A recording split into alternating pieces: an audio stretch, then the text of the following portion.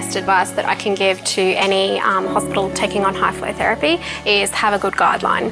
Don't leave your staff stranded at 2 o'clock in the morning to think about how to set it up, what flow rates to start with. Really make it clear and easy for them to use.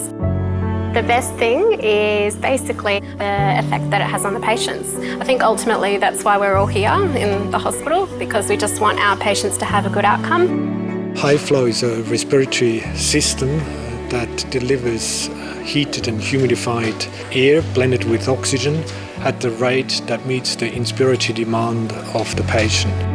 The patient gets inspiratory aid, so basically feels that during the inspiratory phase there's air flushed into the lungs. Providing that additional flow, it does take the load off, and we know that they're going to be having that positive pressure to help recruit collapsed alveoli, which enables better gas exchange, so we have a lot less oxygen requirement in those babies. High flow use very early in the disease process prevents the progression of the disease, which means that these children don't get sicker, don't need ICU admission, and we can keep them within the pediatric ward and may reduce the length of stay within the hospital. It is also important that the hospital has an integrated approach in the use of high flow, that the high flow use is protocolized and similar used from ED to the ward as well in ICU. In the emergency department, it made such an enormous difference to be able to recruit those children straight onto the high flow and send those children to the ward rather than to intensive care. We've realised it's not just a modality for those very sick patients.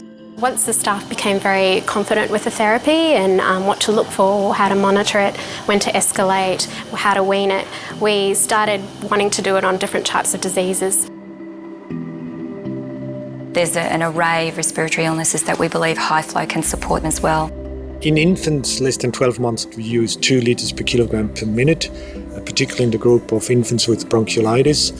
This flow rate has been demonstrated to be safe, effective, and well documented in the published literature. For older children, we use a table of flow rates adapted to the weight of children. They are based on physiology data that has been shown to be effective without any complications. And there are a group of patients who don't respond to high flow and go on to need more therapy, but the vast majority of them will, and that's there in front of your eyes. You can see it and they've responded and you see that benefit. You measure the heart rate, you measure the respiratory rate, and you would expect within the first 1 or 2 hours that the heart and the respiratory rates are decreasing as a response to the treatment. For weaning, we don't wean flows, we only reduce the oxygen fraction down to 21%. Once that has been achieved, we stop the high flow afterwards. Once the patient is actually in room air, we stop the high flow and take them off and observe them for another 4 hours, and they're ready to be discharged. Feeding on high flow is still a topic that leads to lots of discussion and needs further research. If a child is very sick and in high respiratory failure, we use nasogastric feeding. If a baby improves, we let the baby oral feed or even breastfeed whilst we're reducing the flows to 2 litres and then ramp up the high flow afterwards again. We've got a standardised system. So we have the Airvo, which is basically like an integrated flow machine. We have one set up at each bed space.